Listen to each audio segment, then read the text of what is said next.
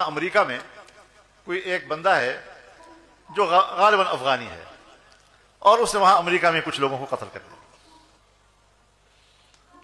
اور خبریں یہ ہے کہ یہ بندہ امریکہ کی سی آئی اے کے ساتھ کام کرتا رہا ہے، یہ ان کا ملازم رہا ہے۔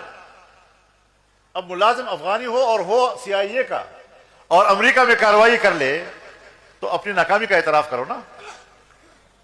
ٹرمپ کیا کہتا ہے؟ یہ افغانستان بہت بری جگہ ہے،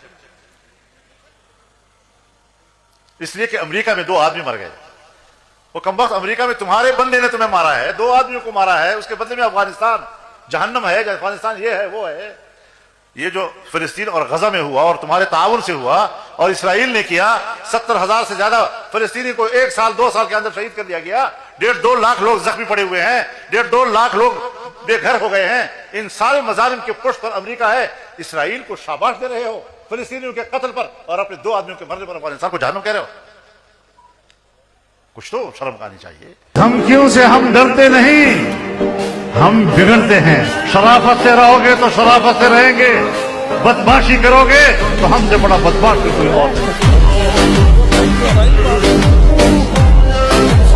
اور جب تک ہم زندہ ہیں میں اللہ کو گواہ بنا کر کہتا ہوں اور ان ساری قوتوں کو آگاہ کرتا ہوں، جب تک ہم زندہ ہیں تمہارا باپ بھی اسرائیل کو تسلیم نہیں کر سکے گا۔ World Cup, Monica